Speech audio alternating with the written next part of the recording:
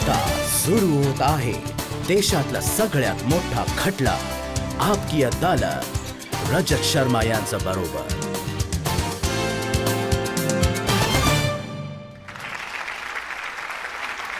नमस्कार, thank you thank you thank you thank you so much, thank you thank you thank you. मला माहिती आहे आपण खूप दिवसानंतर भेटत आहोत। बऱ्याच दिवसांपासून तुम्ही आपकी अदालतचे फ्रेश एपिसोड्स पाहिलेले नाही आहेत, तर आज एक इतिहास रचला जाईल आणि मी खुश आहे की तुम्ही सगळे या इतिहासाचे साक्षीदार आहात। आणि आज आपकी अदालतमध्ये एक अशा व्यक्तिमत्वाला सादर करतोय ज्यांच्याबद्दल जगातल्या प्रत्येक व्यक्तीला जाणून घ्यायचंय। एक अशी व्यक्ती जो जगामध्ये 3ऱ्या क्रमांकावर असलेला श्रीमंत झाला।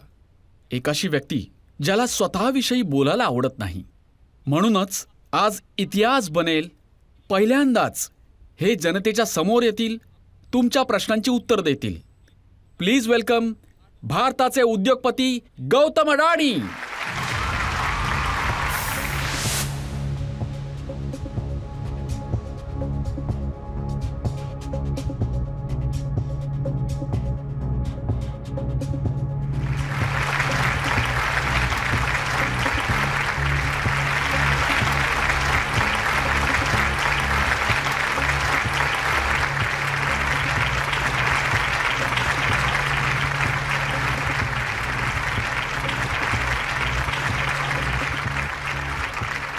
आणि गौतम अडाणीच्या आजच्या खास खटल्यासाठी आमचे जज पण खास आहेत, ज्या अशा इन्स्टिट्यूशनला हेड करतात जिथे फक्त विनर्स बनवले जातात, जिथे करोडपती अरबपती बनवले जातात। World famous Shriram college of कॉमर्सच्या प्रिन्सिपल डॉक्टर सिमरित कौर।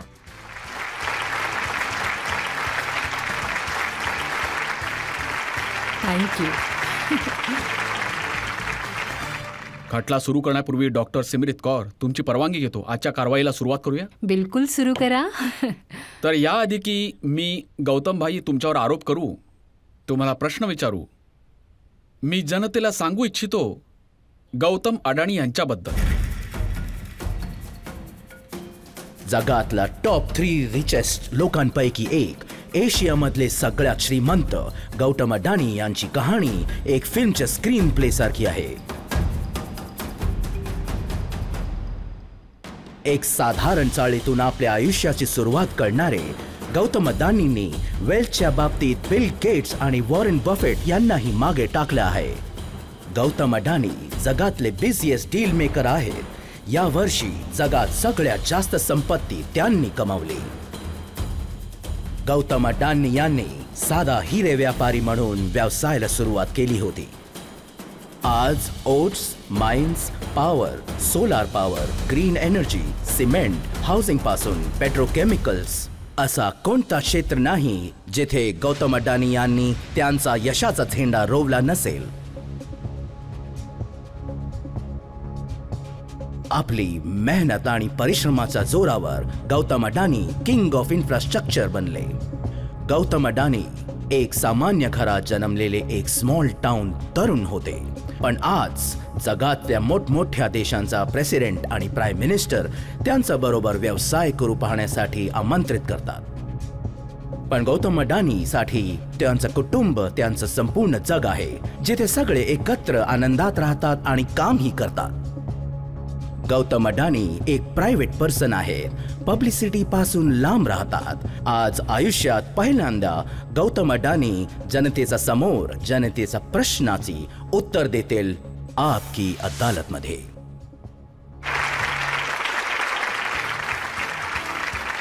आपकी अदालत मध्ये पहिला आरोप प्रसिद्ध उद्योगपती गौतम अडाणीवर।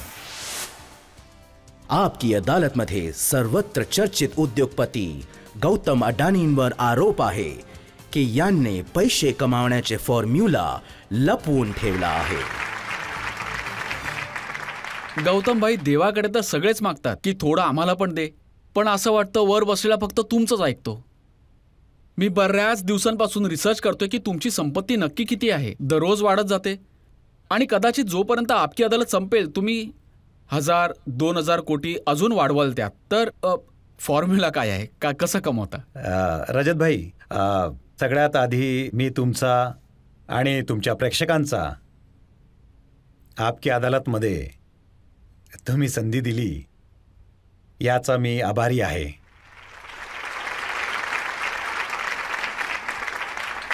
आता तुम्ही या फॉर्म्युल्याबद्दल म्हणालात तर हा फॉर्म्युला हे काही मॅथमॅटिक्स, केमिस्ट्री किंवा फिजिक्सचा फॉर्म्युला नाही आहे की ज्याच्या बेसिसवर बिझनेस आणि प्रॅक्टिकल लाईफमध्ये एकच फॉर्म्युला कामी येतो आणि तो आहे मेहनत, मेहनत आणि मेहनत.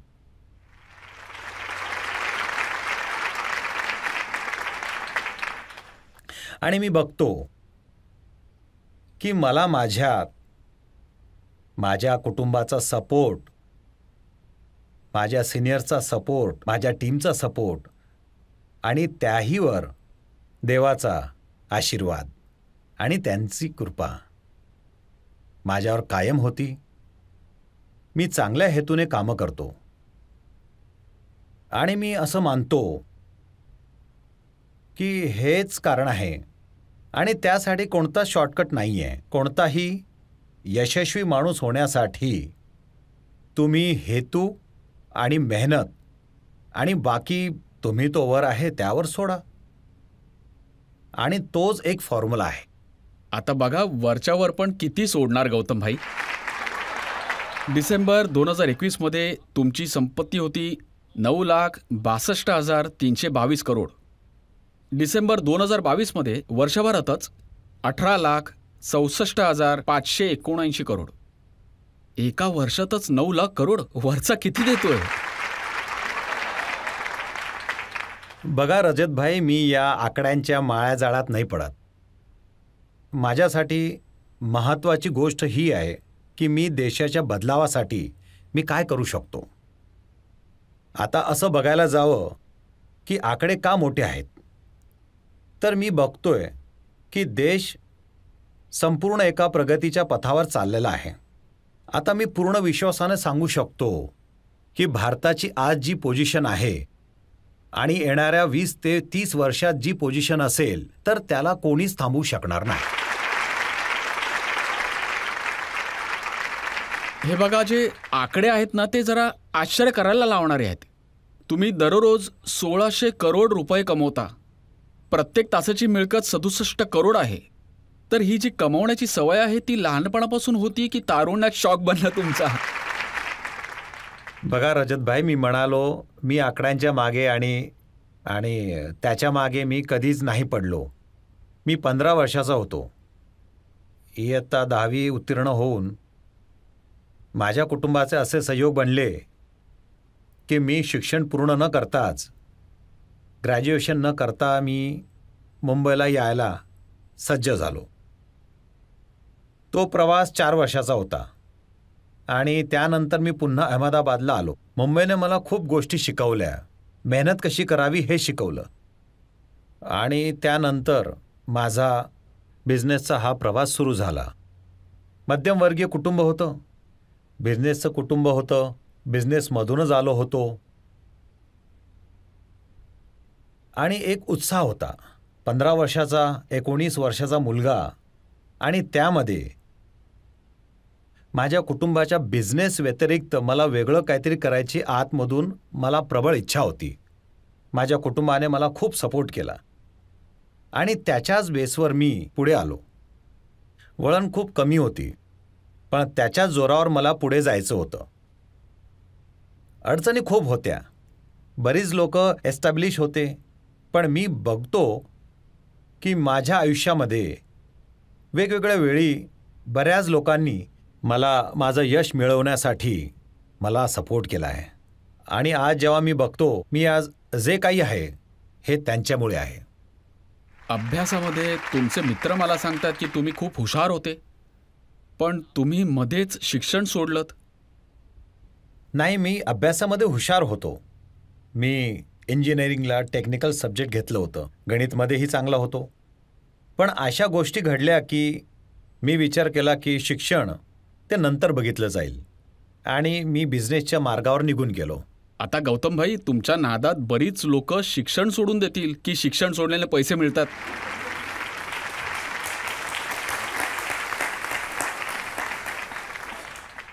मला असं वाटतं की शिक्षण अतिशय गरजेचं आहे. शिक्षण माणसाला खूप नॉलेजेबल बनवतं. मी तो मार्ग निवडू नाही शकलो, ते माझं दुर्दैव आहे. मी दुसरा मार्ग निवडला आणि त्यात परिश्रम आणि अनुभव टाकले आणि त्या परिश्रम आणि अनुभवाने माझा समजूतदारपणा वाढला.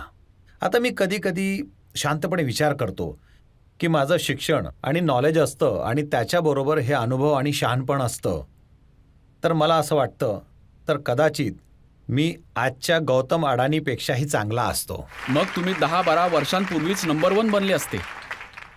नंबर 1, नंबर 2, नंबर 3 ते तर ठीक आहे, कहाणी आहे. पण कहाणी तर ही पण आहे ना की तुमच्याकडे एक स्कूटर होती आणि आज तुमच्याकडे जेट एअरक्राफ्टचा, हेलिकॉप्टर्सचा एक ताफा आहे. कुठून कुठे पोचलात? रजतभाई, एवढंच सांगू शकतो की मी गावाशी जोडलेला माणूस आहे आणि आजही मला स्कूटर चालवणारा,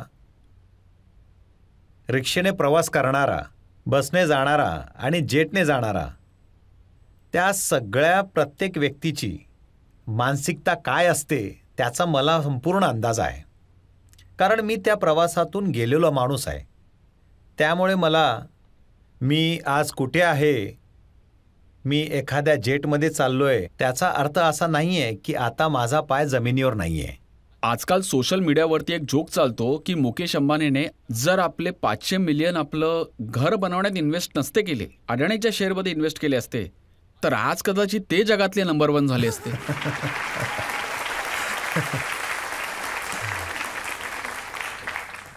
बघा, सोशल मीडियावर रजतभाई कसं आहे की खूपच क्रिएटिव्हिटी चालते. लोकांचं त्यातून मनोरंजन होतं. मी त्यापेक्षा जास्त त्यात काही बघत नाही. पण तरी बघा ना, एक काळ होता लोक फक्त बोलायचे टाटा बिर्ला, आता फक्त चर्चा होते ती अडाणी अंबानी. बघा, टाटा बिर्ला आपल्या देशाचे सन्माननीय उद्योगगुरू आहेत. त्यांनी देशासाठी आणि देश बनवण्यासाठी खूप काही केलं आहे आणि आजही करत आहेत. तर प्रत्येक ग्रुपचं एक मागे पुढे होत असतं आणि मी असं समजतो की भारताची सगळ्यात मोठी ताकद अशी आहे की आपण किती अजून नवीन उद्योगगुरूंना उभं करायचं आणि तीच आपल्या भारताची खरी ताकद आहे. तुम्ही पैसे कमवले, मोठे झालात, तर त्यामध्ये धोके पण भरपूर असतात. कोणताच बिझनेस हा रिस्क फ्री नसतो. तुम्ही किती गणात्मक धोका पत्करतात, ती रिस्क घेण्याची तुमची स्वतःची क्षमता किती आहे. आणि मी असं नाही म्हणणार की आज ज्या जागी मी आहे आणि मला अडचणींना समोर नाही जावं लागलंय, पण तुमच्या मनामध्ये एक चिकाटी असायला पाहिजे की प्रत्येक अडचणी येईल, प्रत्येक चांगली वेळ येईल आणि वाईट वेळही येईल. तुम्ही त्यामध्ये कसं अडून राहू शकता आणि तरीही तुम्ही त्या ध्येयाला पुढे नेण्यासाठी सगळी मेहनत करत राहता. आता आपल्या 1-2 अडचणींबद्दल बोलू इच्छितो. अशी वेळ होती की तुम्हाला किडनॅप केलं होतं आणि जीवावर बेतलं होतं. बघा, तो खूप चांगला क्षण नव्हता, पण प्रत्येकाच्या आयुष्यामध्ये कधी ना कधी एक अशी वेळ येते ज्याला विसरून जातात, लवकर विसरतात. ते योग्य असतं. मला वाटलं तुम्ही कधीच विसरणार नाही, कधी तो तुम्हाला भेटला तर धडा शिकवाल. माझा एक स्वभाव आहे की प्रत्येक गोष्टीला, प्रत्येक परिस्थितीला लवकरात लवकर कसं ॲडॅप्ट करायचं. कारण जे आपल्या हातात नाही आहे आणि त्याची आणखी जास्त चिंता करून सतत त्या गोष्टीचा विचार करत राहणं, ती माझी सवय नाही आहे. ज्या दिवशी मला किडनॅप केलं त्याच्या दुसऱ्या दिवशी मला किडनॅपरने सोडलं.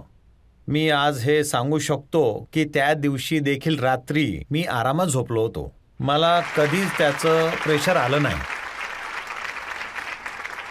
त्यानंतर अजून एकदा तुम्ही मृत्यूला सामोरे गेले होते 26/11च्या दिवशी, जेव्हा आतंकवाद्यांनी हल्ला केला होता ताजवर. तुम्ही ताजमध्ये होते, तो लक्षात आहे? हो, लक्षात आहे. आणि माझ्या समोरच मी टेरेसला पाहिलं होतं आणि त्यांनी पहिला जेव्हा राऊंड फायर केला होता ते मी माझ्या डोळ्यांनी पाहिलं होतं. आणि मी तर देवाचा आभारी आहे की मी माझ्या आयुष्यामध्ये अशा घटना पाहिल्या जिथे मी मृत्यूला खूप जवळून पाहिलं होतं. आणि एक देवाचा एक आशीर्वाद समजा की ज्यातून मला सुखरूपपणे वाचवलं. 26/11ची ती रात्र संपूर्ण देशाने पाहिली होती आणि आजही आठवलं तरी थरथरायला होतं. तुम्ही तर जवळून पाहिलं. नाही, त्या दिवशी मी ताज हॉटेलमध्ये आमचे दुबईवरून मित्र आले होते. ते दुबई पॉट वर्ल्डचे CEO, त्यांच्याबरोबर डिनर करत होतो मसाला क्राफ्ट रेस्टॉरंटमध्ये. आणि तेव्हा ही घटना घडली होती. 10च्या आसपास ही घटना घडली. त्याच्या 5 मिनिटं आधी हॉटेलचं बिल देखील भरलं. आम्ही उभे राहिलो आणि आमच्या मित्राची अजून इच्छा होती चर्चा करण्याची, म्हणून कॉफीसाठी पुन्हा बसलो. आणि त्याच वेळेला ही घटना घडली. आणि मी विचार करतो, समजा मी बिल पे करून लॉबीमध्ये असतो तर मी तिथेच फसलो असतो. आणि तिथे आम्ही रेस्टॉरंटच्या आतमध्ये बसलो होतो. आणि मी आज बोलू शकतो की आज ताज ग्रुपचे प्रत्येक कर्मचारी, जसं की वेटर, आणि ज्या पद्धतीने त्यांनी काम केलं होतं, असं डेडिकेशन खूप कमी ऑर्गनायझेशनमध्ये दिसून येतात. तिथून बाहेर कसे पडलात? पूर्ण रात्र मी तिथे अडकलो होतो. त्या ताज हॉटेलच्या कर्मचाऱ्यांनी मला वरच्या रूममध्ये त्यांच्या मागच्या रस्त्याने किचनच्या साईडच्या चेंबरमध्ये घेऊन गेले होते. संपूर्ण रात्र मी तिथे होतो. सकाळच्या अंदाजे 7 वाजता जेव्हा कमांडो आले आणि त्यांना माहिती होतं की नाही इथे खूप लोक अडकलेले आहेत, तर ह्या कमांडोनी आम्हाला तिथून संपूर्ण प्रोटेक्शन देऊन हॉटेलमधून बाहेर काढलं. आणि असंच मी दुसऱ्या दिवशी सकाळी अंदाजे 7:30-8 वाजता बाहेर पडलो होतो. गौतम भाई, देव तुम्हाला उदंड आयुष्य देव. आयुष्यात परत असं काही बघायला नको अशी आमची प्रार्थना आहे. पण माझे आरोप अजून खूप आहेत. आपकी अदालतमध्ये वेळ आहे एका ब्रेकची. ब्रेक नंतर आणखी काही आरोप, आणखी काही प्रश्न गौतम अडाणी बरोबर. एक व्यक्ती आहेत आपल्या देशामध्ये ज्यांनी गेल्या 8 वर्षात खूप मेहनतीने तुम्हाला लोकप्रिय बनवलं. ते दररोज तुमचं नाव घेतात.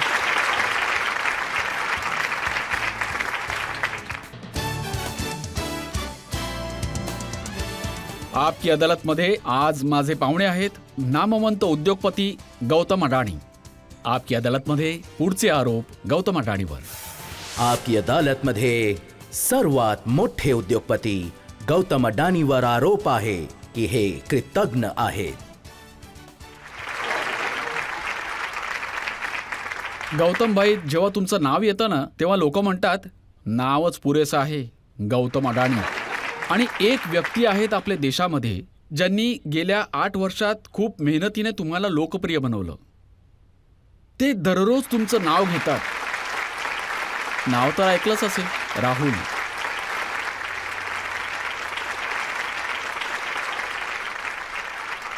पण आरोप हा आहे की तुम्ही कधी त्यांचे आभार देखील मानले नाहीत, थँक्यू नाही म्हणालात. बघा रजतभाई, राहुलजी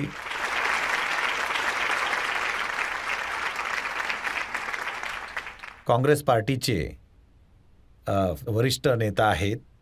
आणि मला वाटतं की ॲज अ इंडस्ट्रियलिस्ट मी त्यांच्याबद्दल काही टिप्पणी करू हे चांगलं नाही आहे. ते सन्माननीय नेता आहेत आणि मी बघतो की त्यांना पण देशाचा विकास हवा आहे. कधी ठीक आहेत, राजनैतिक आवेशात त्यांचं कधी विधान समोर येतं तर त्याला मी राजनैतिक विधानाच्या वर महत्त्व देत नाही. बघा, तुम्ही टिप्पणी करत नाही पण ते तुमच्यावर खूप टिप्पणी करतात. 1-2 उदाहरणं मी तुम्हाला देतो. राहुल गांधी म्हणतात, ही जास्त जुनी गोष्ट नाही आहे, फेब्रुवारी 2022ची गोष्ट आहे, की मोदी सरकारने भारताचे सगळे पोर्ट, सगळे एअरपोर्ट, सगळा गॅस, सगळं ट्रान्सपोर्टेशन, सगळी पॉवर, सगळी मायनिंग, सगळी ग्रीन एनर्जी, गॅस, सगळं काही गौतम अडाणीला देऊन टाकले. बघा रजतभाई, जेव्हा तुम्ही आरोप लावताय तर तुम्ही एक गोष्ट सांगा की ज्यामध्ये आम्ही एकही काम विदाऊट बिडिंग केलं असेल, एकाही ठिकाणी बिडिंगशिवाय आणि मेरिटशिवाय कधी त्या बिझनेसमध्ये प्रवेश नाही करत. आम्हाला देखील माहिती आहे की भारतामध्ये ज्या प्रकारचं काम केल्यामुळे कॉन्ट्रोवर्सी जास्त होते. तर माझी पूर्ण अडाणी ग्रुपची एक फिलॉसॉफी आहे की कोणतीही गोष्ट विदाऊट बिडिंग आपल्याला शिवायचं नाही.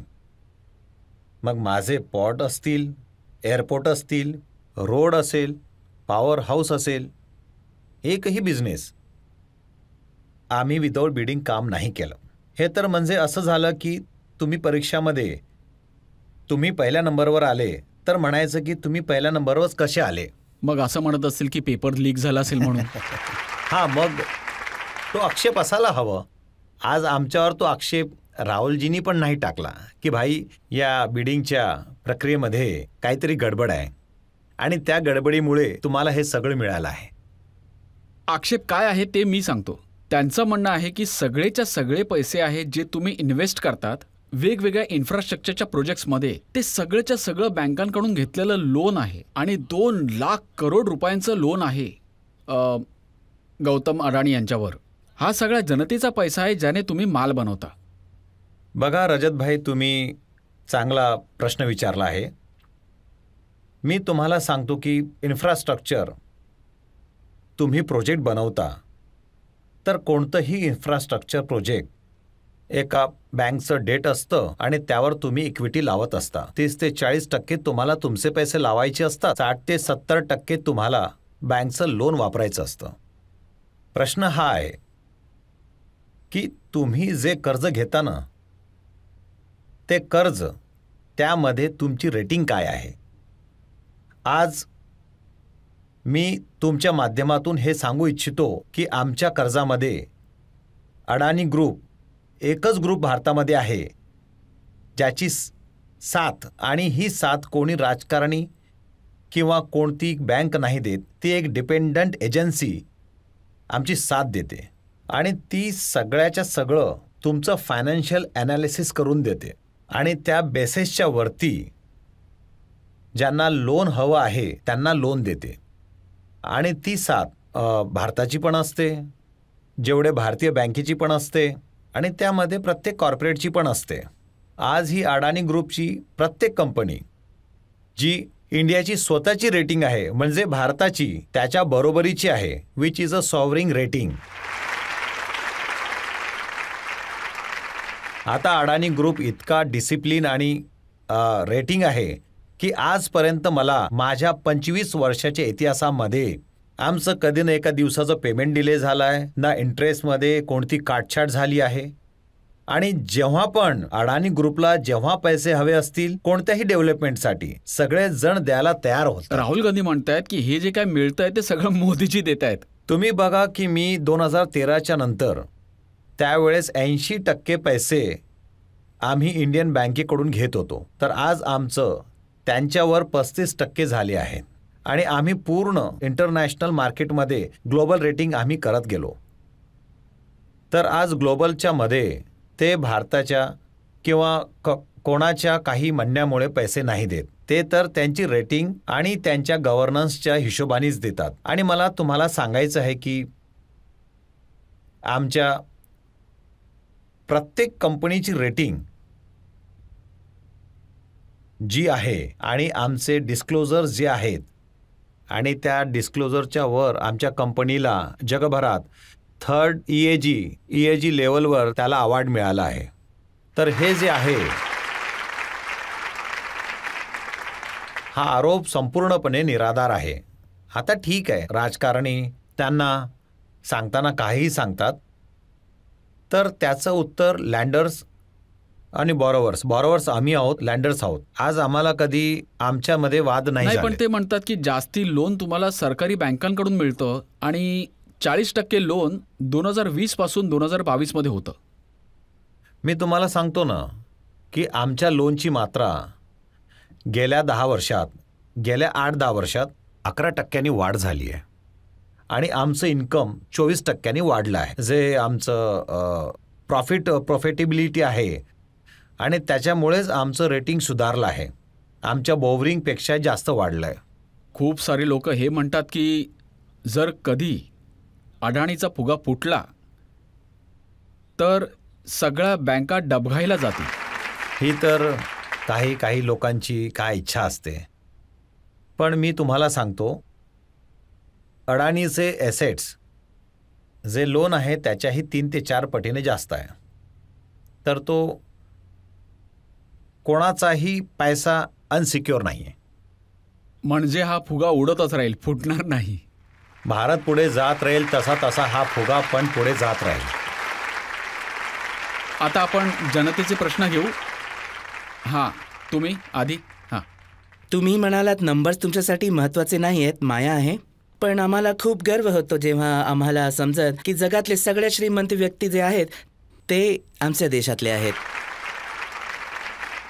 माझा प्रश्न हा आहे की तुम्ही आयुष्यामध्ये खूप मोठे मोठे रिस्क घेतले असतील, मग तर कधी तुम्हाला भीती नाही वाटली?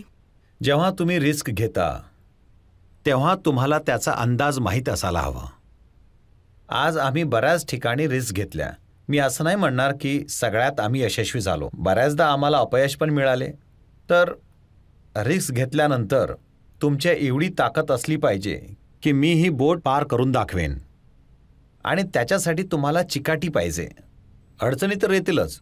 कोणतंही असं कार्य नाही आहे की तुमच्याकडे सफलतेची चावी तुमच्या हातात येईल.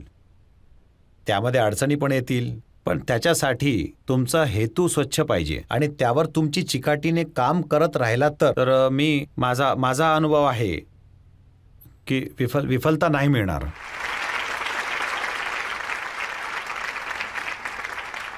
राहुल गांधी अजून एक आरोप हा लावतात की मोदीजी इतका सपोर्ट करतात.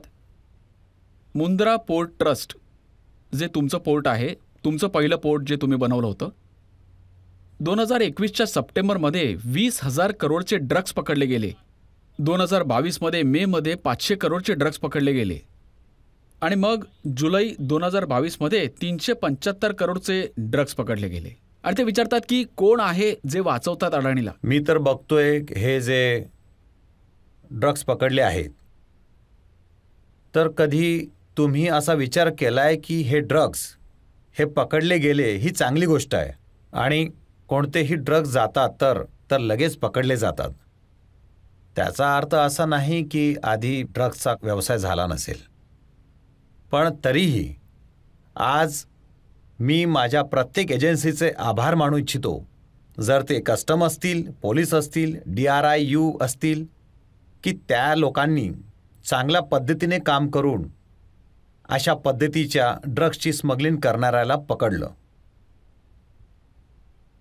माझ्याजवळ जेव्हा आम्ही पोर्ट चालवतो तेव्हा आमच्याकडे दुसरं कुठलीच पॉवर नसतं जे एक्सेप्ट सरकारने सांगितलं तेवढंच करायचं. पोर्ट चालवता तर तुमचं फक्त कार्गो चढवणं आणि उतरवणं. तुमच्याकडे काही पोलिसांची पॉवर नाही आहे, कोणती इन्स्पेक्शनची पॉवर नाही आहे, ना अरेस्ट करण्याची पॉवर आहे. ते काम सरकारच्या वेगवेगळ्या एजन्सी करतात. तरीही लोकांना दिशाभूल करण्यासारखं आहे. आणि बरं आहे, हे जे कोणी पकडले गेलेत त्याची सरकारकडे सगळीच्या सगळी नोंद असते की हे कोण करतं, कोण पाठवतं, कुठून येतं, आणि सरकारने सगळ्यांना ताब्यात घेतलंय. पण आरोप राहुल गांधी, काँग्रेस पार्टी असा लावतात की सारखे ड्रग्ज पकडले गेले, पण सरकारने, सरकारी एजन्सीने अडाणी किंवा त्यांच्या कोणा माणसाची विचारपूस देखील केली नाही. ते चुकीचं आहे. जेव्हा कोणती इन्व्हेस्टिगेशन होतं तर ते 360 डिग्रीचं इन्व्हेस्टिगेशन असतं आणि त्यामध्ये तपास तर केला जातो. असं काही नसतं की सरकारी लेवलवर कोणी तपासाला बायपास करतात. त्यामुळे मी असं काही नाही मानत की त्यांनी अडाणी ग्रुपला काही असं केलं किंवा स्पेशल ट्रीटमेंट दिली. जसं तुमच्या संपत्तीची गणना करायला, हिशोब करायला अडचण येते, अशीच अडचण मला राहुल गांधींच्या आरोपांच्या हिशोब ठेवण्यात आली. 8 वर्षांपासून 2-3 आरोप लावलेत. रजत भाई, मला असं वाटतंय की तुम्ही राहुलजीबद्दल बोलून पुन्हा माझं राहुलजीशी भांडण घडवून आणाल.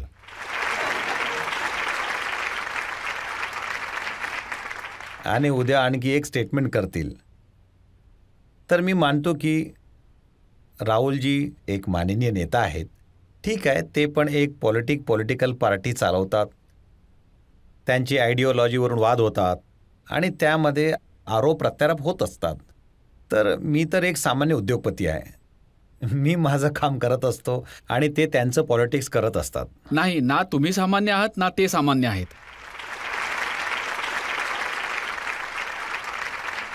आणि बघा ते काय म्हणाले, त्यांना ह्या गोष्टीचा देखील प्रॉब्लेम आहे की जे नरेंद्र मोदी स्टेडियम आहे ते म्हणतात की त्यात जे क्रिकेटचं पिच आहे एक एंडचं नाव अडाणी एंड का आहे.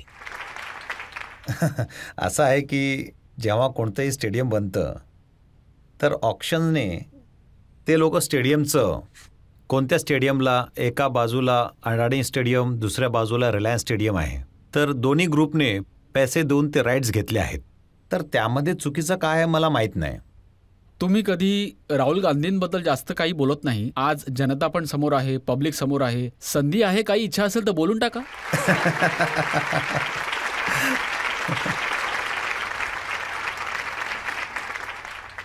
2014च्या निवडणुकीनंतर निवडणुकीच्या वेळी आणि त्याच्यानंतर जे कंटिन्युअसली राहुलजीनं आमच्यावर हल्ला केला आहे तर त्याने तुम्हाला पण अडाणी कोण आहे हे जाणून घ्यायची संधी मिळाली. त्यामुळे मी आज इथे आहे.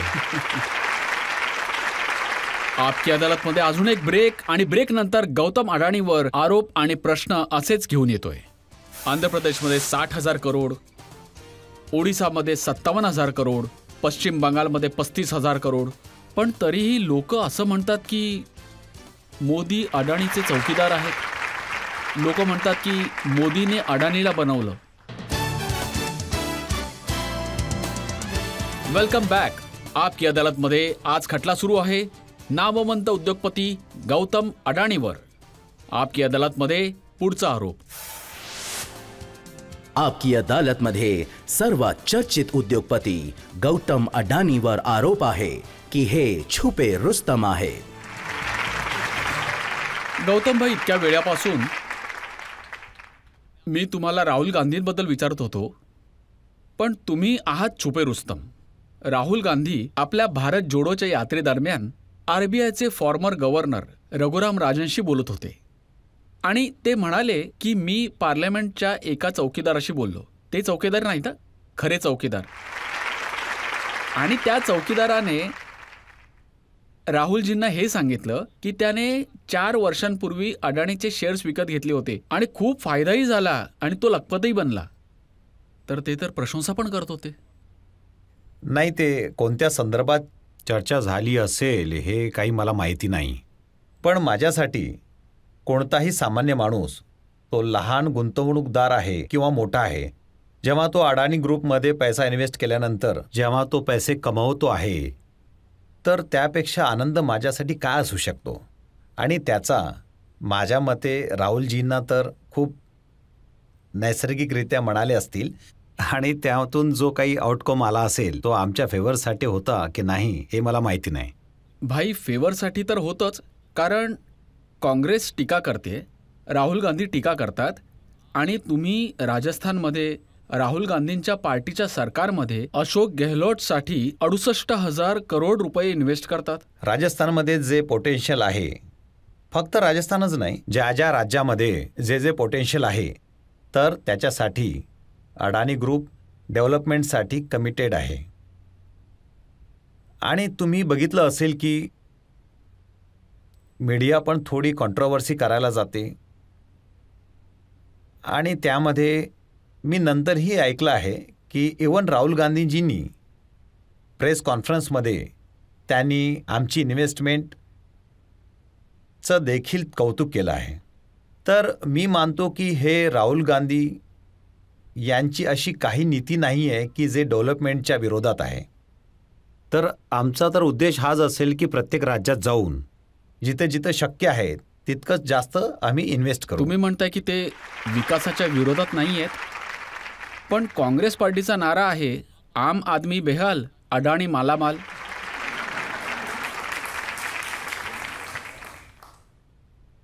बघा, पॉलिटिकल तुम्ही नेरेटिव्ह काहीही काढा, अल्टिमेटली तुम्ही सांगा त्यांच्या आरोपामध्ये एक आहे पॉलिटिकल स्टेटमेंट आणि एक आहे अगदी खरा आरोप. लोकांना ठरवू देत, तुम्ही ठरवा की आम्ही जे काही काम करतो त्यामध्ये खरंच सत्य काय आहे. आज मला वाटतं ते डिसाईड होऊनच जाईल गौतम भाई. कारण बघा, एका बाजूला काँग्रेस तुमच्यावर टीका करते, दुसऱ्या बाजूला अशोक गेहलोत तुम्हाला इन्व्हाइट करतात. मी म्हणालो तसं 68,000 करोडची गुंतवणूक. तर आम्ही आधी विचार करायचो अशोक गेहलोत जादूगार आहेत, पण आता असं वाटतं तुम्ही जादूगार आहात. अशोक गेहलोतजीची आत्ताची नाही तर त्यांच्या नंतरची सरकार आम्ही राजस्थानमध्ये मेजर लेवलला गुंतवणूक करण्याचा निर्णय घेतला. अशोक गेहलोतजीच्या सरकारने आम्हाला पॉवर प्रोजेक्टसाठी जागा उपलब्ध करून दिली. मायनिंगसाठी MDOचे कॉन्ट्रॅक्ट झालेत. सगळं बिडिंगमधून झालं. असं काही नाही आहे की बिडिंगच्या बाहेर जाऊन केला आणि ते पॉलिसी अंतर्गत जे काही मदत केली ती पॉलिसीच्या अंतर्गत केली आहे. त्यांचे हेतू खूप स्पष्ट होते. आणि जेव्हा तुम्ही सिरियस प्लेयर असता आणि तुम्ही पॉलिसीच्या अंतर्गत मागणी करता, तर मी मानतो की आज काँग्रेसची आणि अशोक गेहलोतजींची काँग्रेसचं सरकार नाही. आम्ही आता केरळमध्ये लेफ्ट गव्हर्नमेंटबरोबर काम करतोय, ममता दीदीबरोबर पण काम करतोय, इवन नवीन पटनायकजी, जगन, इवन KCR. तर प्रत्येक राज्यामध्ये आम्ही काम करतोय. आणि जे वेगवेगळे सरकार आहेत, रिजनल पार्टीचं आहे, काँग्रेसचं पण आहे, लेफ्ट पार्टीचं आहे, तर मी आज खात्रीने सांगू शकतो की आम्हाला कोणत्याच सरकारबरोबर अडचण नाही आहेत. त्यामुळे स्टेटमेंट आणि ते सगळं त्यांचं एका ठिकाणी आहे. आणि जेव्हा तुम्ही सिरियस प्लेयर असता इन्फ्रास्ट्रक्चरसाठी, जेव्हा तुम्ही प्रत्येक राज्याला जे वचन देता आणि त्या वचनाच्या हिशोबाने तुमचा विकास करत आहात, तर मला आजपर्यंत कोणत्या सरकारमध्ये काहीच अडचण नाही आली. पण गौतम भाई, इम्प्रेशन तर हे आहे तुम्ही फक्त तिथेच इन्व्हेस्ट करता जिथे मोदीजींचं सरकार आहे.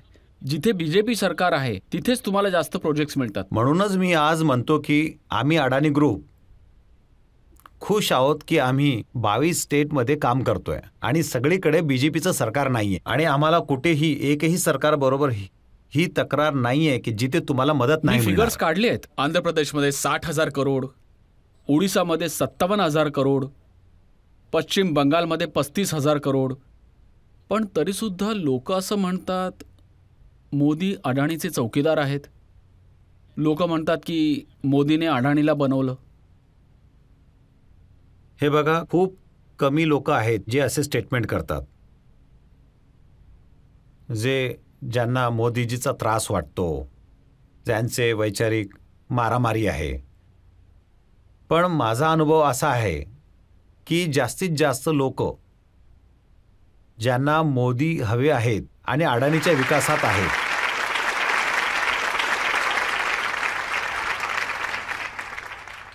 आणि अडाणीच्या डेव्हलपमेंटच्या मॉडेलमध्ये त्यांना काही अडचणी दिसत नाही आहेत. हे खरं आहे का की पहिली मोठी इन्व्हेस्टमेंट तुमची झाली होती, ज्यामुळे बनलं मुंद्राचं पोर्ट, ज्यासाठी नरेंद्र मोदीजींनी तुम्हाला ₹1 पर स्क्वेअर फीट जमीन दिली होती? ₹1 जी जमीन दिली आहे, तर तुम्हाला रजतजी हे सांगू इच्छितो की ती जमीन नव्हतीच. जेव्हा समुद्राचं पाणी, सी वॉटर, हाय टेड येते तेव्हा ती जमीन त्याच्या खाली निघून जाते. आणि आम्ही 10-10 फूट 3-4 मीटरचं त्याच्यावर रिक्लेमेशन केलं आहे. आणि रिक्लेमेशनची कॉस्ट ही जमिनीच्या कॉस्टपेक्षा जास्त असते. आज पण तुम्ही मुद्रा पॉटचं एक उदाहरण देतात तेव्हा ते एक निव्वळ उदाहरण आहे. आम्ही शेतकऱ्यांची 1 एकर ही जमीन नाही घेतली आहे. तर आज तिथे इतकं मोठे इन्व्हेस्टमेंट नंतर पोर्ट इन्फ्रास्ट्रक्चरमुळे जमिनीचे भाव वाढले आहेत. तर आज आमच्यावर हा आरोप लावणं की जमिनीचा भाव आम्हाला दिला होता तेव्हा तो विकसित नव्हता, आणि आजच्या भावाशी जे तुम्ही आमच्यावर आरोप लावणे, ते मला असं वाटतं की ते फेअर नाही आहेत.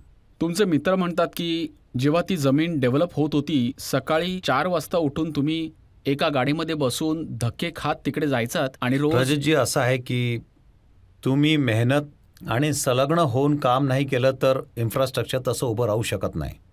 आणि त्याच्यासाठी तुम्हाला जीव तोडून एकटा मी नाही, माझे किती सहकर्मचारी माझ्याबरोबर ताळमेळ साधून काम करत होते. तेव्हा कुठे आज मुद्रा पोर्ट उभा आहे आणि मला आज त्याचाच आनंद आहे.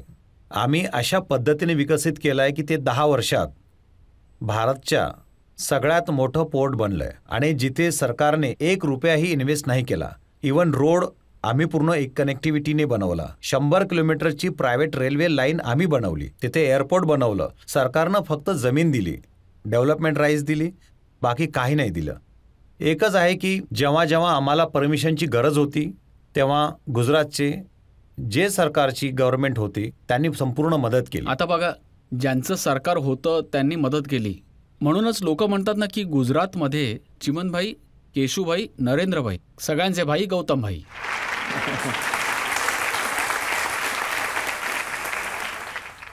बघा रजतभाई, मी तुम्हाला सांगतो की हा अडाणी ग्रुपचा अनुभव नाही. गुजरातमध्ये जे जे उद्योगपती आहेत सगळ्यांचा सारखा अनुभव आहे.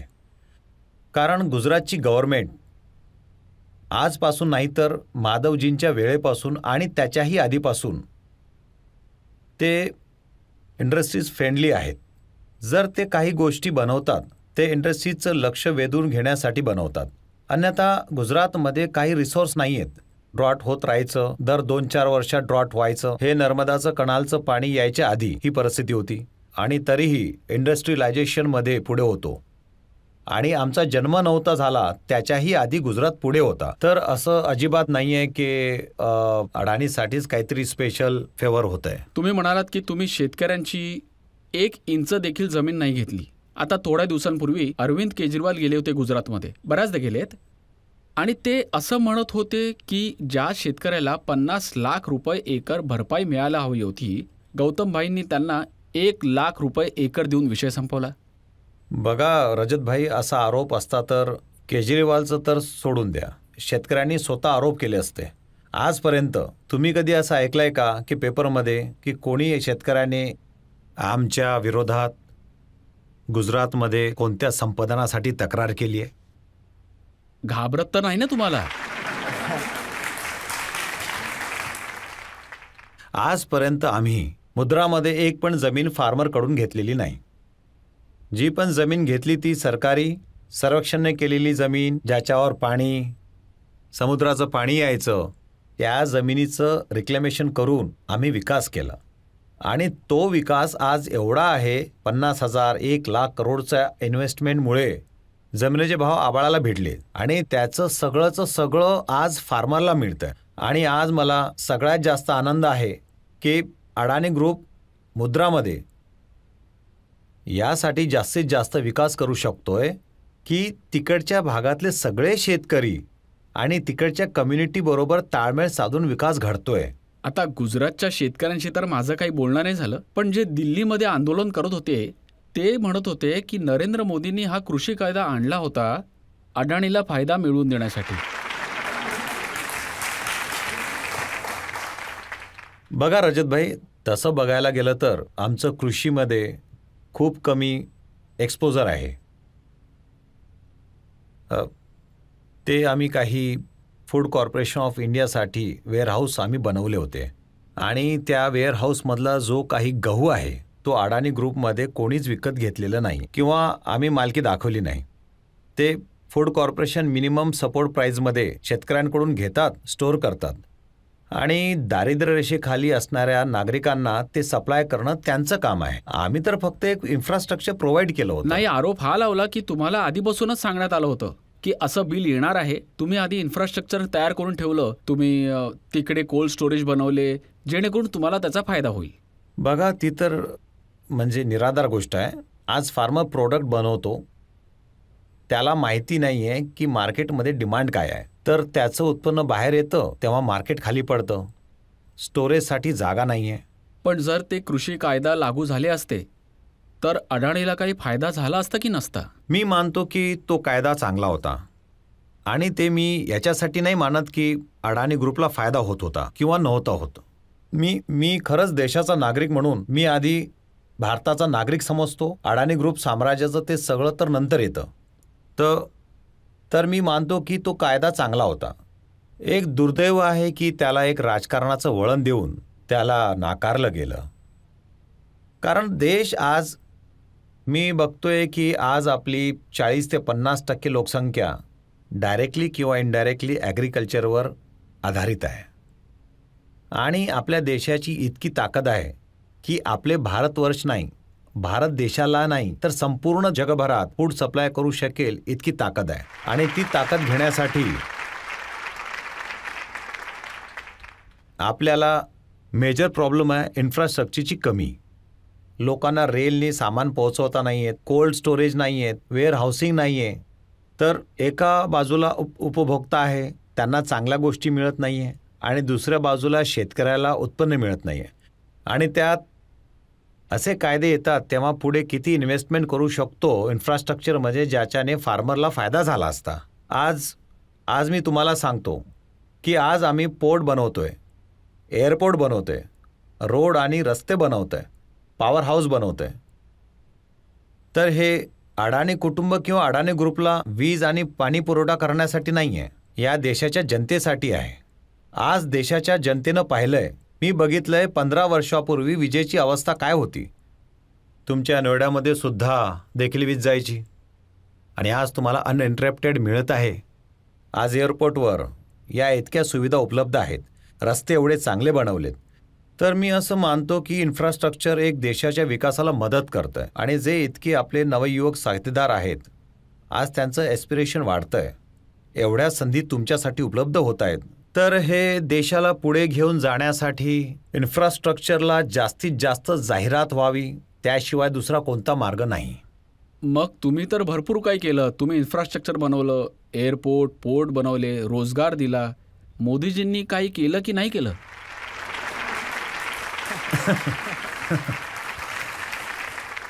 मोदीजींजवळ तुम्ही काही पर्सनल हेल्प नाही मागू शकत. तुम्ही नीतिविषयक चर्चा करू शकता.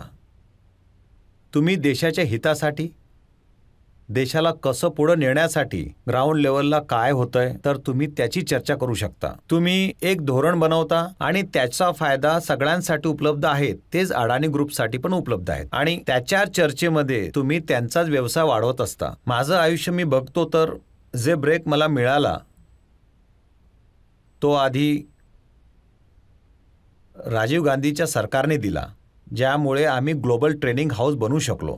दुसरा ब्रेक मला मिळाला ज्याच्यामुळे नरसेराव यांचं सरकार होतं, ज्याच्यामुळे पब्लिक प्रायव्हेट पार्टनरशिप डेव्हलपमेंटच्यावर पुढे नेलं आणि त्यापुढे इंडस्ट्रियलायझेशनची संपूर्ण नवी दिशा दाखवली.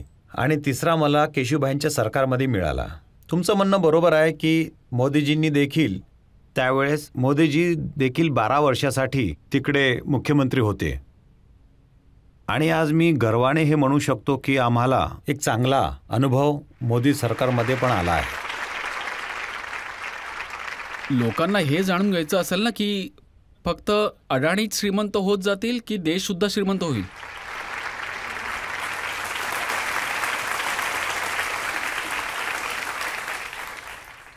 हे बघा, देश भरपूर प्रगती करतो आहे. मी बघतोय की आधी $1 ट्रिलियन इकॉनॉमी आज स्वातंत्र्यानंतर आपण 75व्या वर्षात पदार्पण करतो आहे. त्या 58 वर्षात $1 ट्रिलियन इकॉनॉमी बनली होती. त्यानंतर 12 वर्ष लागली दुसरी ट्रिलियन इकॉनॉमी बनायला आणि तिसरी 5 वर्षाच्या आत बनली.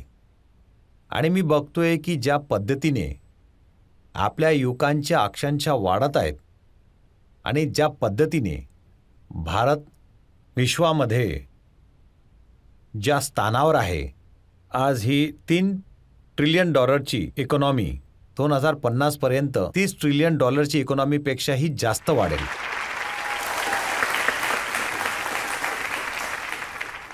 आणि ही $30 ट्रिलियन इकॉनॉमी काय सांगतंय, किती पर कॅपिटा इन्कम वाढेल आणि एवढ्या या विकासातूनच रोजगारी मिळेल. तर मला असं वाटतंय की भारताच्या येणाऱ्या काळामध्ये ज्या पद्धतीने गव्हर्नन्स आणि हे वाढतंय त्यानुसार भारत देशाला कोणी थांबवू नाही शकत. बरेच लोक तुमच्यासारखे गौतम अडानी बनून पाहत आहे, त्यांच्यासाठी काय सल्ला देईल? बघा, ही कंट्री बऱ्याच संधी उपलब्ध करून देत आहे. तुम्ही त्यांना पारखण्याचा प्रयत्न करा आणि त्याच्यावर मेहनत करा. आणि कधी शॉर्टकटने तुम्ही यशस्वी व्हाल हे तर डोक्यातूनच काढून टाका. यशस्वी प्रत्येक माणूस होतो, त्यासाठी थोडा वेळ लागतं. कोणी लगेच होतो, कोणाला थोडा वेळ लागतो. आणि जर तुम्ही त्या मार्गावर सातत्याने चालत राहाल तर ते यशाचे दार तुमच्यासाठी उघडेलच. आणि त्यासाठी मला काही तुमच्या मनामध्ये त्यासाठी आवड असायला हवी. असं नाही की मी त्याला बघितलं आणि मी तसा बनलो, हे सगळं सोडून द्या. तुम्हाला खरंच ज्याची आवड आहे त्याच्या मागेच तुम्हाला लागलं पाहिजे. तुमचे जे मित्र आहेत ते तुम्हाला गौतम तुफानी म्हणतात.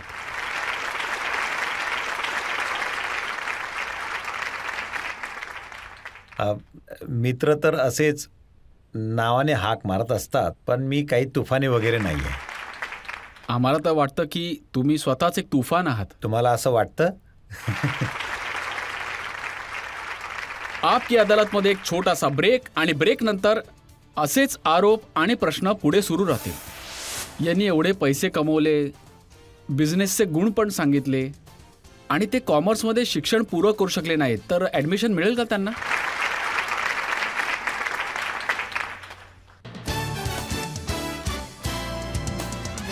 Welcome back. आपकी अदालतमध्ये आपण खटला लावला आहे, प्रश्न विचारतो आहे, आरोप करत आहोत नामवंत उद्योगपती गौतम अडाणीवर. आपकी अदालतमध्ये पुढचा आरोप. आपकी अदालतमध्ये सगळ्यात श्रीमंत उद्योगपती गौतम अडानीवर आरोप आहे की हे फक्त स्वतःचा विचार करतात. गौतम भाई, लोक म्हणतात की तुम्ही इतके पैसे कमवले, इतकी संपत्ती कमवली, जरा इतर गरिबांचा पण विचार करा की. बघा रजतभाई, मी काय म्हणू, मी ग्राउंडवरून आलेलो माणूस आहे. तर मला माझी प्रत्येक प्रोसेसच्या मध्ये सामान्य माणूस नेहमी नजरेत असतो. आता मी एक उदाहरण देतो की माझा 60वा वाढदिवस आता जून या 6 महिन्यापूर्वी झाला. तर आम्ही सगळे कुटुंबीय बसलो होतो त्याच्या 10 दिवसाआधी आणि एक फॅमिली मेंबर्स गप्पा मारत होते की मला काय गिफ्ट हवं आहे 60th बर्थडेचं. तर मी म्हणालो की जर तुम्हाला मला गिफ्टच द्यायचं असेल तर आपल्या कुटुंबाची जी संपत्ती आहे त्यांच्यातले 60,000 करोड तुम्ही फाउंडेशनला देऊन टाका. आणि मला आनंद या गोष्टीचा आहे, मी माझा एकटा माझ्याबद्दल नाही आहे, माझ्या संपूर्ण कुटुंबाची आहे. आणि खूप आनंदाने ते म्हणाले की ही खूप चांगली कल्पना आहे आणि त्यांनी ते देऊन टाकलं. पण 60,000 करोड जरा जास्तच नाही देऊन टाकले तुम्ही. तुमची आतून मनातून जी काही इच्छा आहे, तुमचं मनोबल आहे, तर त्याला पूर्ण करा. तर आम्ही 60,000 करोड, तर आम्ही त्याच वेळी विचार केला की आता हे 60,000 करोड तर चला फाउंडेशनमध्ये टाकले, तर आता त्याचं काय करायचं, आता त्याचा काय काय उपयोग करायचा. तर आम्ही 3 सेक्टर पकडले, हेल्थ, एज्युकेशन आणि स्किल डेव्हलपमेंट. आणि या तिन्ही गोष्टीवर आता एक्सपर्टबरोबर चर्चा करून तुम्ही बघाल की 2-3 महिन्याच्या आत त्याची मोठी घोषणा आणि त्याचा कसा उपयोग करतो आहे, ज्यामुळे एका गरीबातला गरीब माणूस आणि त्याच्या खालच्या माणसाचा कसा फायदा होतो. आणि त्यासाठी माझी खूप आशा आहे की कशा पद्धतीने त्याचा सदुपयोग होऊ शकेल. हे बरोबर आहे की जो फाउंडेशनचं काम आहे, हे जे तुम्ही चॅरिटी लोकांच्या मदतीची चर्चा करत आहात, तर ते तुम्ही कमी आणि तुमची बायको प्रीती जास्त चालवते. प्रीतीजी माझा आधारस्तंभ आहे आणि त्या सगळ्याच्या सगळ्या कुटुंब, 2 मुलं, माझी लहान नात, त्यांनाही सांभाळते आहे आणि तसेच फाउंडेशनचं काम. आणि ती डॉक्टर आहे आणि डॉक्टरी त्यांनी त्यांची प्रोफेशन सोडून मला संपूर्ण सपोर्ट केला. त्यांनी कुटुंबाला संपूर्ण सपोर्ट केला, कुटुंबाला सांभाळलं, आमच्या मुलांना वाढवलं आणि मुलं थोडी मोठी झाली तेव्हा त्यांनी सगळी फाउंडेशनची ॲक्टिव्हिटी सांभाळली. तर आज मी आतून संतुष्ट आहे की प्रीती या सगळ्यावर सगळ्यात जास्त काम करते आहे. दिवसाचे 7-7, 8-8 तास त्या फाउंडेशनचं काम करते. आणि दुसरं म्हणजे आमच्या फाउंडेशनच्या आतमध्ये खूप प्रोफेशनलिझम पण झालेलं आहे आणि सगळेजण प्रीतीच्या हाताखाली विकासाचं काम करत आहे. मी ते फाउंडेशनचं काम पाहिलं आहे गौतम भाई, आणि खरंच खूप चांगलं काम करतात त्या. पण त्यांच्याबद्दल वाचताना हे समजलं की तुमचं अरेंज मॅरेज होतं. लग्न ठरण्याआधी जेव्हा पहिल्यांदा तुम्ही त्यांना भेटलात तेव्हा तुम्ही काही बोललेच नाही, गप्प बसून राहिला.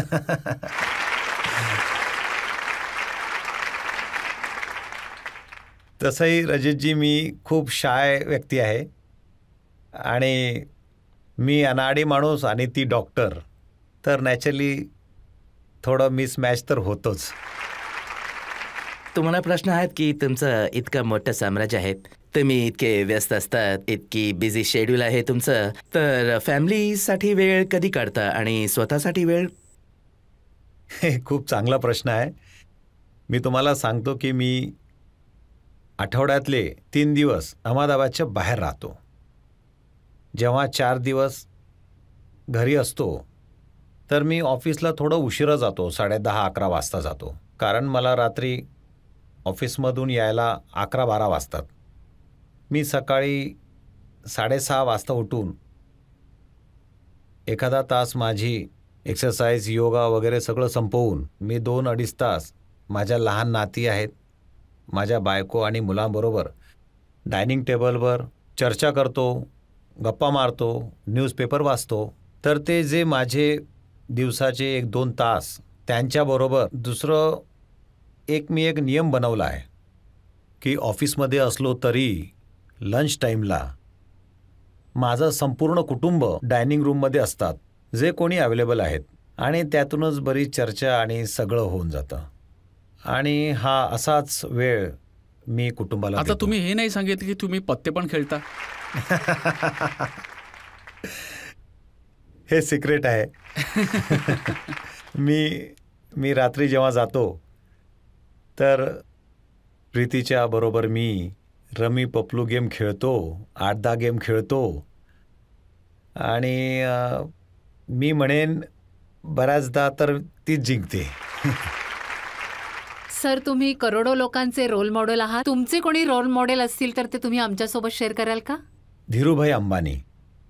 आज एक बघायला जावं तर मी त्यांना माझा रोल मॉडेलच्या रूपात बघतो, आणि ते ह्यासाठी की त्यांनी पण त्यांच्या कार्यकाळात ज्या पद्धतीने रिलायन्स इंडस्ट्रीला, त्यावेळेस त्यांची इकॉनॉमी पूर्णपणे ओपन पण नव्हती, मग नंतर ओपन झाली, आणि ज्या पद्धतीने त्यांनी देशाला एक दिशा दाखवली आहे की मोठा विचार कसा करायचा, आणि ते सगळंच आहे. तर त्यामुळे मी खूप प्रभावित आहे, कारण त्यानंतर मुकेश भाईंनी खूप पुढेही नेलं. ते ठीक आहे, पण फर्स्ट जनरेशनचा दृष्टिकोन, आणि मी समजू शकतो की जेव्हा कोणाकडे पैसे नसतात पण विचार खूप मोठे असतात तर ते नेहमीच तुम्हाला आकर्षित करतात. आणि मुख्यतः मी जो पहिल्या पिढीचा एंटरप्रेन्योर आहे, तर नॅचरली मी बघतो त्यांनी खूप छान काम केलं आहे. मुकेश अंबानी या नावाशी जोडी आहे, मित्रता आहे, की या नावासारखी शर्यत आहे? नाही, मुकेश भाई माझे खूप चांगले मित्र आहेत आणि मी त्यांचा खूप रिस्पेक्ट करतो आहे. आणि ज्या पद्धतीने त्यांनी रिलायन्स इंडस्ट्रीला एका नवीन दिशा, जिओमध्ये, टेक्नॉलॉजीमध्ये, रिटेलमध्ये, आणि ऑफकोर्स त्यांचं जे काही बिझनेस आहे, पेट्रोकेमिकल, सँड रिफायनिंग, ज्या पद्धतीने त्यांनी काम केलं आहे, तर या देशाच्या विकासात त्यांचं खूप मोठं योगदान आहे. तुम्हाला आनंद होत नाही की मी त्यांना मागे सोडलं? बघा रजतभाई, मी या आकड्यांच्या मायाजात कधीच पडलो नाही आणि मी खूप तिकडे बघत वेळापासून पण तुम्हाला नाही. फसवण्याचा प्रयत्न करतो, पण तुम्ही फसत नाही.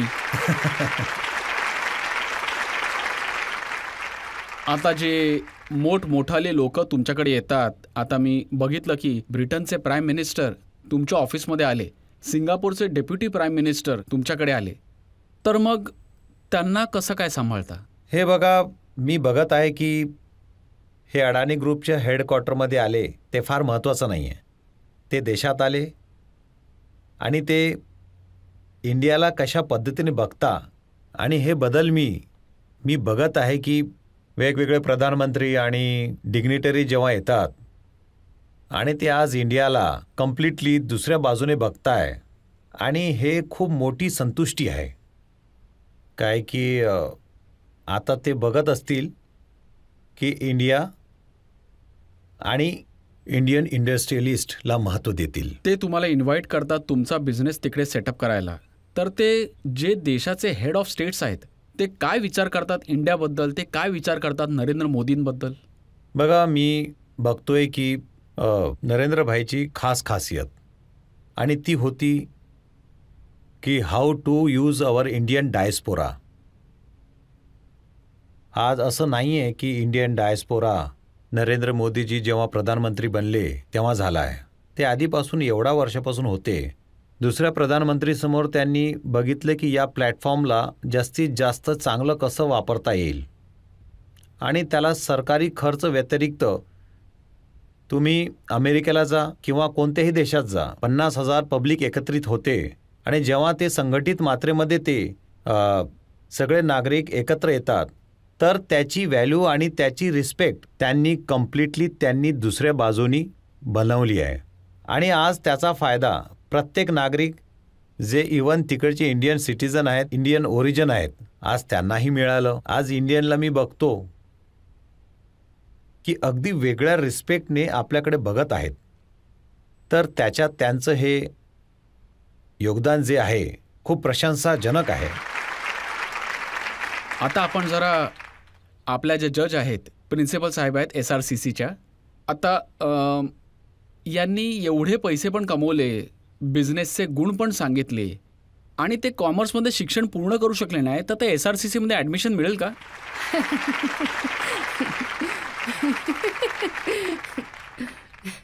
100%.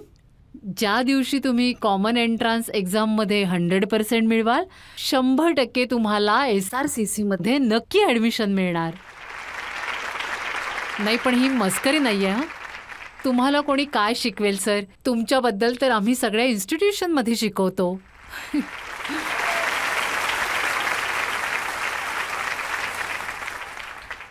गौतम भाई, तुम्ही सर्व प्रश्नांची छान उत्तरं दिलीत. आज नंतर कोणी हे म्हणणार नाही की गौतम भाई बोलत नाहीत. बोलतात सुद्धा, चांगलेही बोलतात, आणि सहसा मी माझे ॲक्युज्ड जे असतात त्यांची प्रशंसा करत नाही. पण खरंच तुम्ही खूप मोठ्या मनाचे व्यक्ती आहात, आणि तुम्ही खूप चांगली उत्तरं दिलीत. आपण एक ब्रेकसाठी थांबू, आणि ब्रेक नंतर ऐकू आपकी अदालतमध्ये आजच्या जज SRCCच्या प्रिन्सिपल डॉक्टर सिमरित कौर यांचा निर्णय.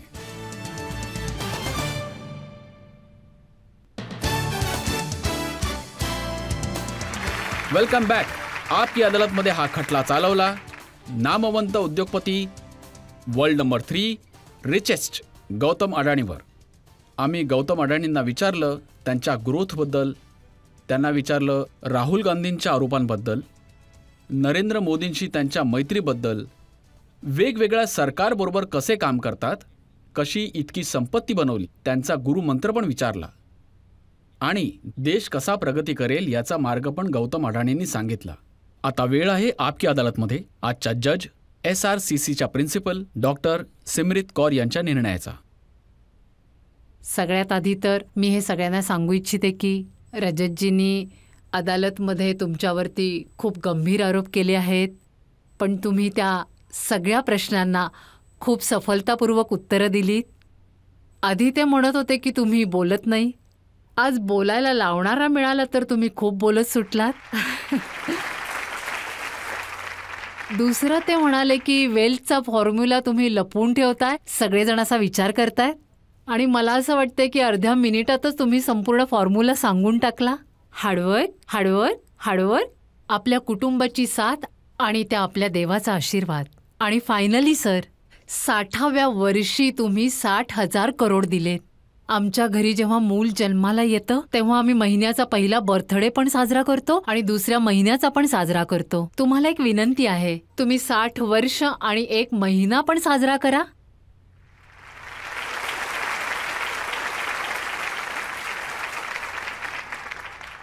"60 वर्ष 2 महिनेही साजरा करा आणि हजारो वर्ष जगा."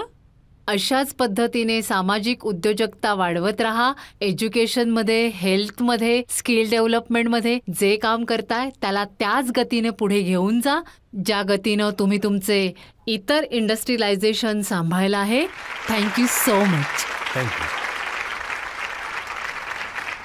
कोणत्याही व्यक्तीसाठी यापेक्षा मोठी गोष्ट काय असू शकते जो आपलं शिक्षण पूर्ण नाही करू शकला, पण SRCCच्या प्रिन्सिपल सांगतात आज त्यांच्याबद्दल लोकांना शिकवलं जातं.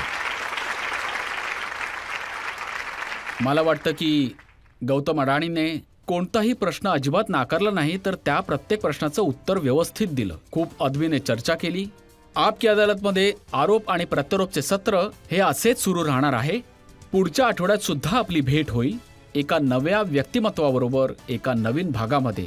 तोपर्यंत नमस्कार.